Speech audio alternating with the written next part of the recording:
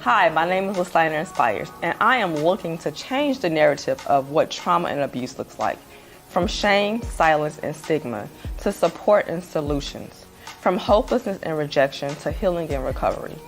How do I plan on doing that? By bringing awareness that the problem that goes with not talking about what you've been through, not addressing it, not only affects that individual, but it affects us as a community.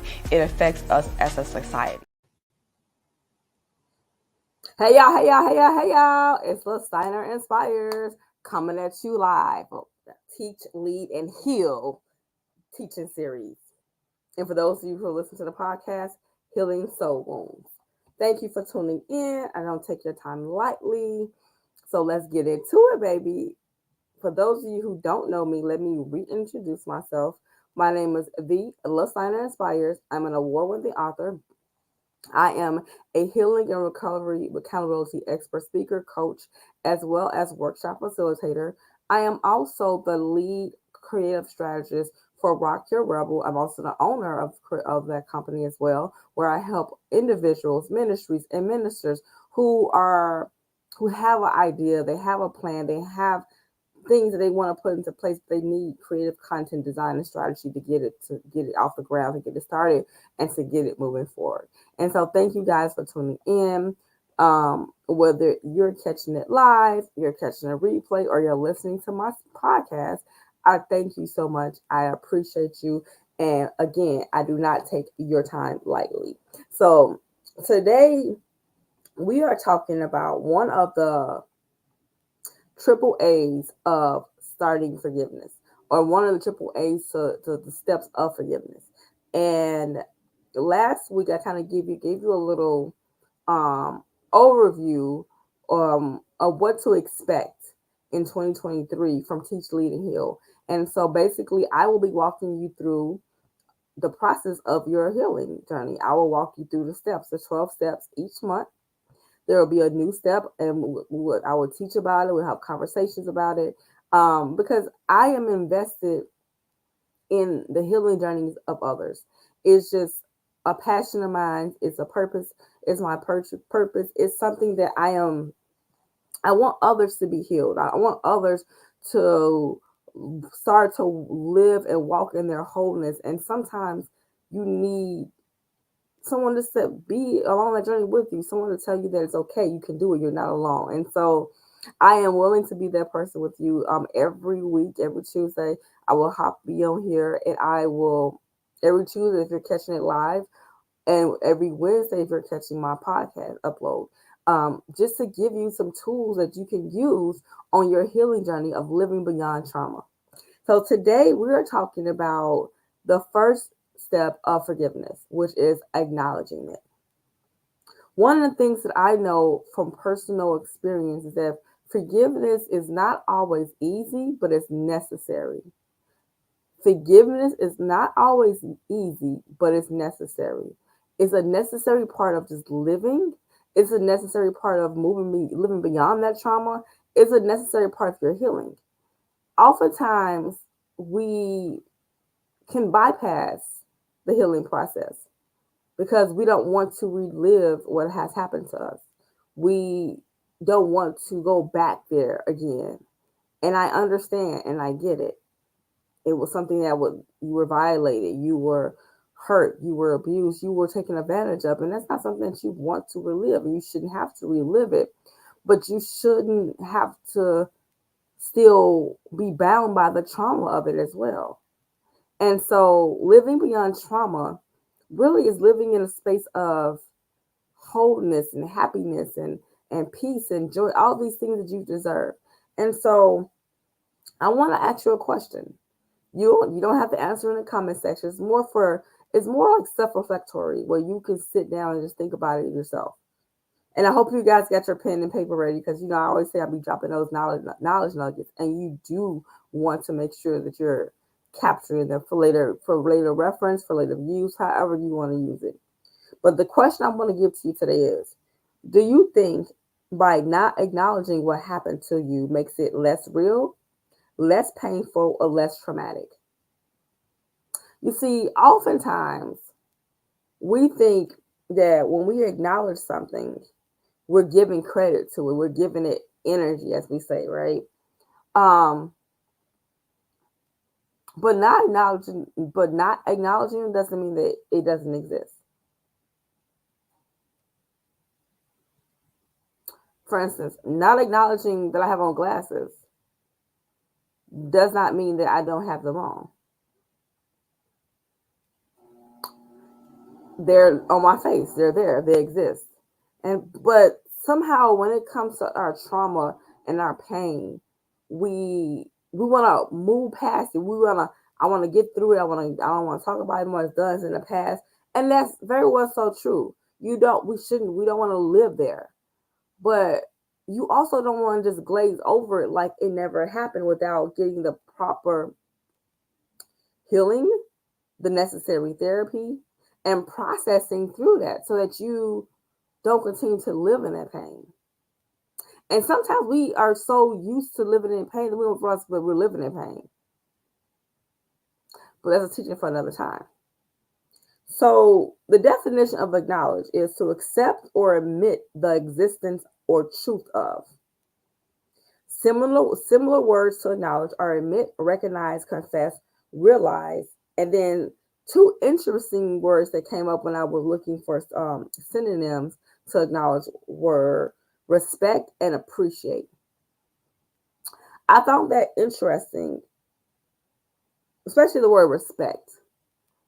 But and interesting enough, when you really think about it, when you walk into a room and you acknowledge people by speaking to them, by saying, "Hi, how are you doing?" Hello, good afternoon, good evening, good morning, right? That is showing a sign of respect.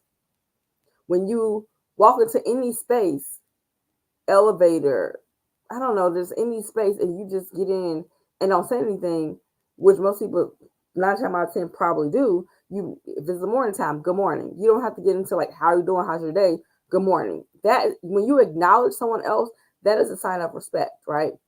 Well, when you acknowledge the past of the pain of your past, the traumatic experience, you are respecting yourself enough to say, this happened to me. No, it wasn't a good thing. Yes, it hurt. But I am going to start the healing process by acknowledging that what happened to me was not a good thing. You are respecting yourself enough and loving yourself enough to acknowledge that what was done to you was not right. It was a violation. It should not have happened. What can I do to start the healing process? And so when you're acknowledging what has hurt you, there are a few ways that you can acknowledge it.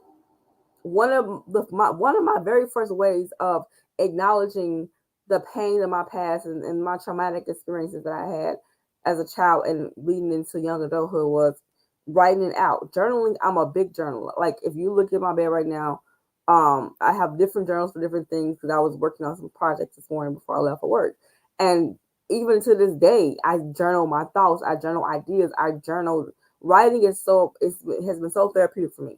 And so there are many ways that you can acknowledge what has hurt you. Maybe you don't want to start off with talking to somebody about it. Although I always recommend therapy. I will always say I love Jesus, but therapy is also necessary because at the end of the day, when you have experienced trauma and abuse, when you have experienced things that have hurt you, whether it's physically, whether it's emotionally, whether it's financially, any violation of your space, you need somebody who is licensed, who has gone to school to teach you how to process through that, how to work through that, how to have a healthy way of processing it. I'm always going to say therapy, most definitely. But when you acknowledge what has happened to you, you can start off by writing it. Maybe you're not ready to actually verbalize it. Maybe that makes it too real. I get it. It took me years. Like I mean, I'm a whole adult with children, grown children, and grandchild before I actually out of my mouth said my mother molested me as a child. I will always kind of glaze over it and say, my mother abused me. She wasn't like she didn't do me right. She didn't treat me well. I would always glaze over, but never really say what actually happened because one, I had an unhealthy loyalty to her title as a mother. Two, I was ashamed. I felt like what was wrong with me that would cause her to do that to me. I didn't really understand that she had only done what was done to her, and so it was just a generational curse that was just passed down through the bloodline. But God, it stopped with me, baby. And so, but when I realized that confessing it out loud, acknowledging what happened, didn't it doesn't make it less real. If anything, it was like a release for me. It was like this happened to me. This was what happened. This is my experience. This is my truth. And the shame of what I went through was broken. The shame of being molested by my mother, being raped as a child, the shame of the things that I encountered, because there was shame that I experienced because I felt like what was wrong with me for that to happen to me. Saying it out of my mouth, like confessing it, was like a release for my soul, and so it helped me to start the healing process even deeper. See, if you've been following me for a while, I always talk about healing as a journey.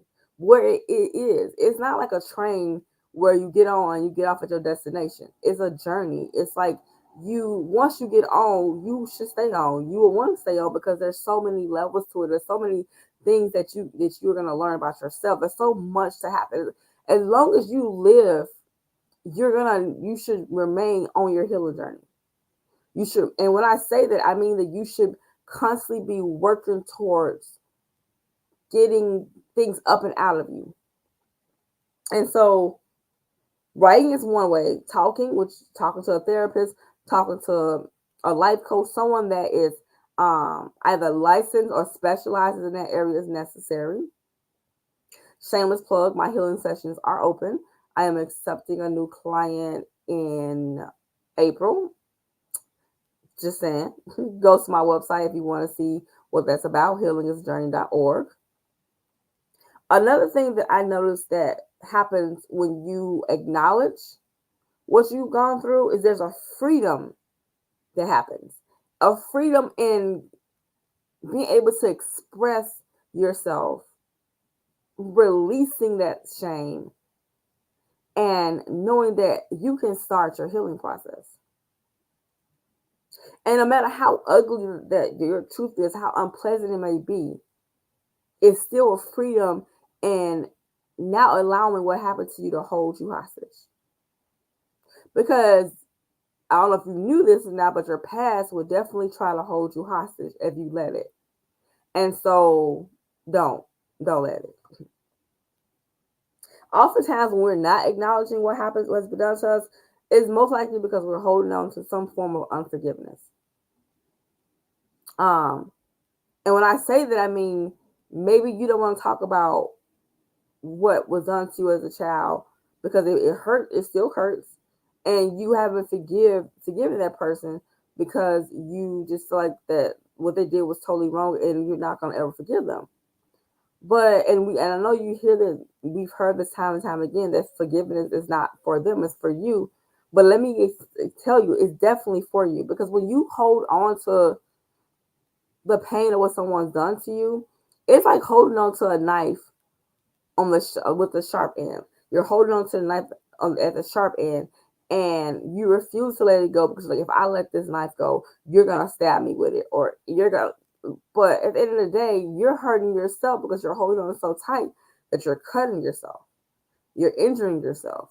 And that's what happens when we hold on to unforgiveness. Like it's like many sharp knives in us that's just cutting up at our heart, in our emotions, and it's cutting up at us inside.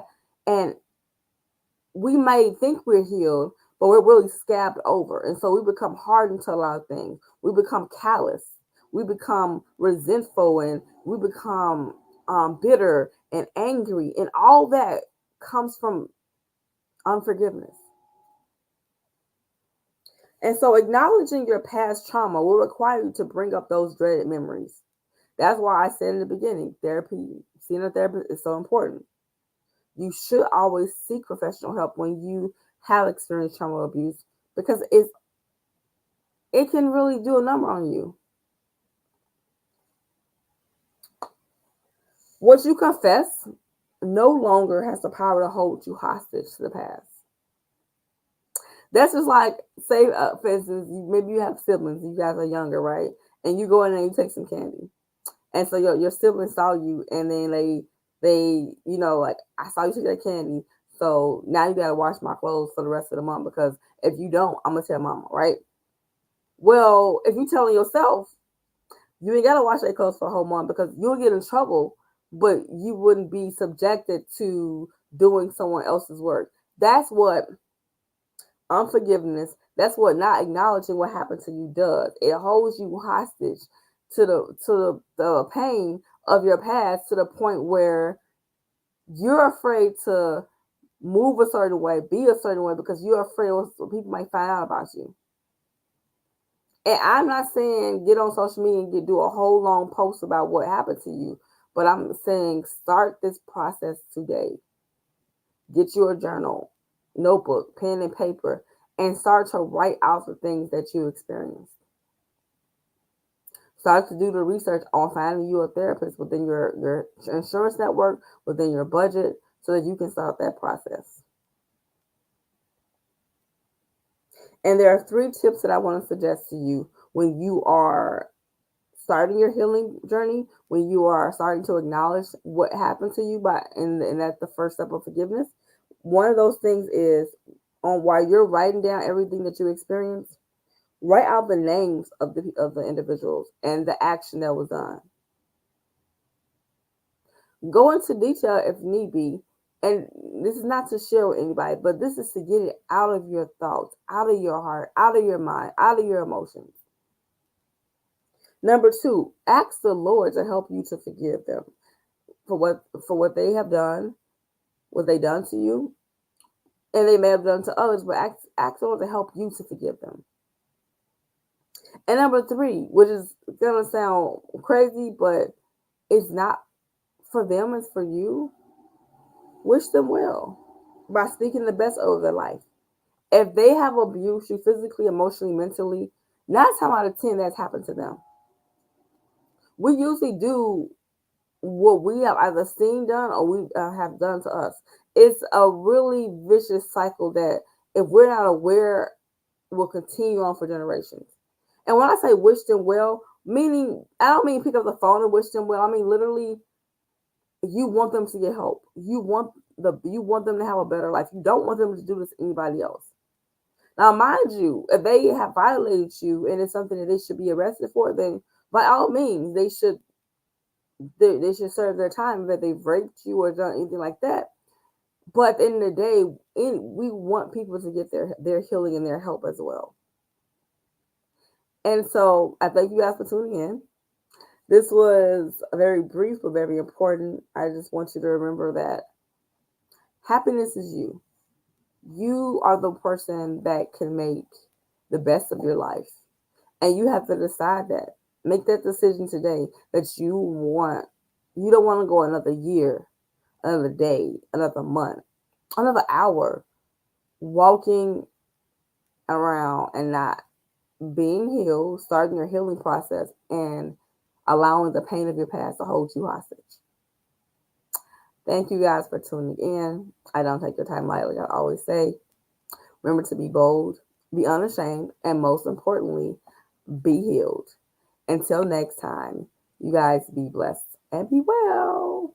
Peace Trauma out. and abuse affects everyone, and we all have a part to play to change the narrative with love.